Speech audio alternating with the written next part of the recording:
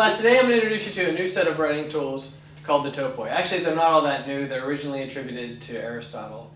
Topoi comes to us from the Greek word topos, means place. Think of topography, topological, right? These are places that your head goes. It's a little bit like categories. And if you look over here on the board, I've got a set of them for you. When you think about an issue, you might think about them in terms of cause and effect, in terms of how things are changing, form and structure, contrasting two ideas together, or a whole set of values that might apply to any question. These are a set of lenses that lend to a more complex way of thinking about an issue. Today's issue is this. Choose one issue in the news and compare the coverage in the internet sources versus traditional media.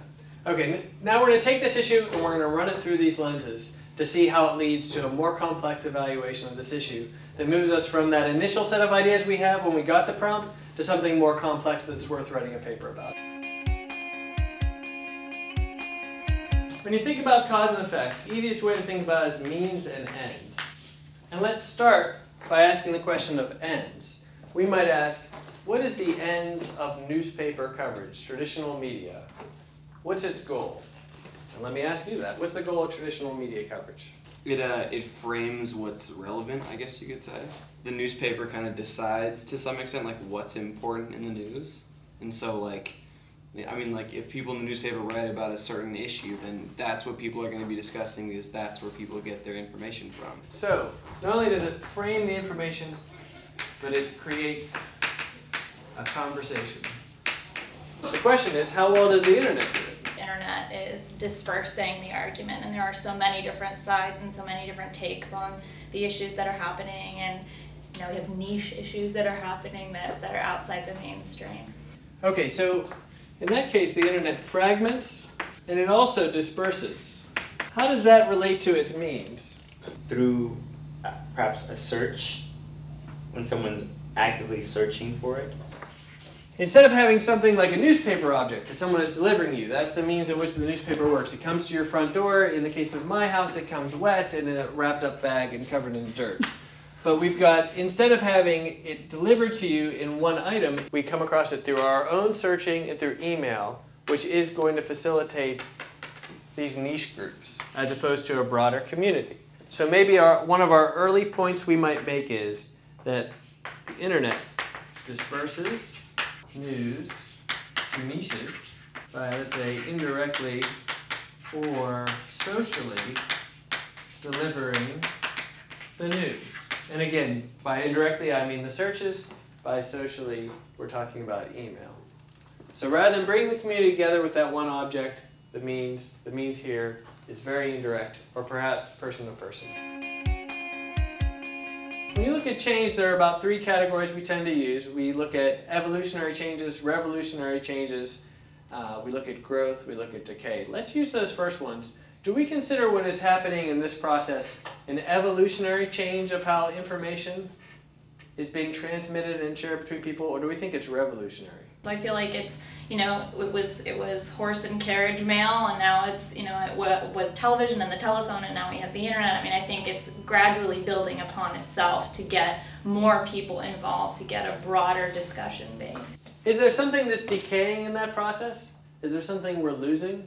You're losing the paper, you're losing the newspaper, you're losing that whole community there, jobs, and everything associated with the newspaper. This is a natural evolution of the expanding news sphere. Let's take any of these values and apply it to the transformation that's happening to the internet sources versus traditional media. Now, don't let me walk you through all of these, but I think you can understand how all of these might work. I would say in terms of socially, the internet, since it's open to everyone, you're getting just sort of the average person's perspective on a lot of things, whereas with the newspaper, it's harder to get sort of everyone's opinion in. You're only getting the professional, so to speak. Let's sort of mix and match these a little bit. Are there ethical considerations that are involved there? It's so much easier to get access to a different culture's take on right and wrong because it's providing a medium for conversation that has never been done before. Now, how come this is so different when I look at YouTube? There's different types of videos for everyone, I would say. Just like media, there's different news for everyone. And also there's no filter for anything Yeah. with the internet, because everyone has a voice and everyone's voice is equal to everyone else's. We have a larger discussion that can bring in more points of view, but we don't necessarily have someone who is, to go back to the earlier point, framing this discussion. Let's look at form and structure. The easiest way to think about form and structure is to think in terms of surface and depth, I think, for this particular question. So on the surface of things, obviously there's a big change that's happening. What's the surface of this issue, the most obvious part of this, about how news is changing? You can get to any source of news that you want. The internet, it's easier to update, so it's just constantly changing, and with a newspaper you have to wait for the news. We've got this sort of daily printing or weekly, we've got a chronology, we've got a time system we're stuck to. In the case of blogs, we could be asynchronous. It doesn't matter when that story comes out, you can read about it. It doesn't matter when you go to the news, you can find it there, right? And we've got the multiple sources that David was talking about. A newspaper doesn't have 2 reviews of the same film in it, right? Now, on some level though, we're still just looking at the form of how the news is changing. What about essentially how is news changing? What's the deeper aspect of it? How is the content of the news itself changing as these forms change? We said a little about newspapers, you have to wait till the next day or whatever. People can just, news is changing every minute around us, and people can get that with the internet. And, you know, as mentioned, all the searches and stuff, every page can be a front page. Where you're getting everyone's view. And that's also in like the way it looks too is more personalized. Because like newspapers have a standard, but blogs, it's kind of, at least now, like you can kind of do whatever you want. Maybe that'll become standardized in the future. But. So what are the points to make then we might draw from this particular list, right? We might get every page could be a front page. This idea of news being more personalized, and I think we've spent a lot of time talking about this notion of the asynchronous news.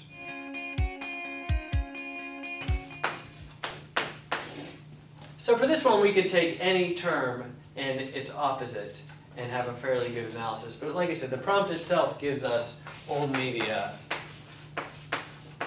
and new media. What's a paradox that happens, or that has come up so far in our analysis of the changes from old media to new media? We gain multiple sides of the story. When we combine these two together, we get a very interesting paradox. We've got less news, but we've got more perspectives on every event that happens. All right. Now let's go. What's really nice is at this point, if we start combining some of the topoi, let's return to our question of means and ends. What's the ends of the newspaper? What's our ultimate goal with all of this news? It's losing a legitimated news and an authoritative voice.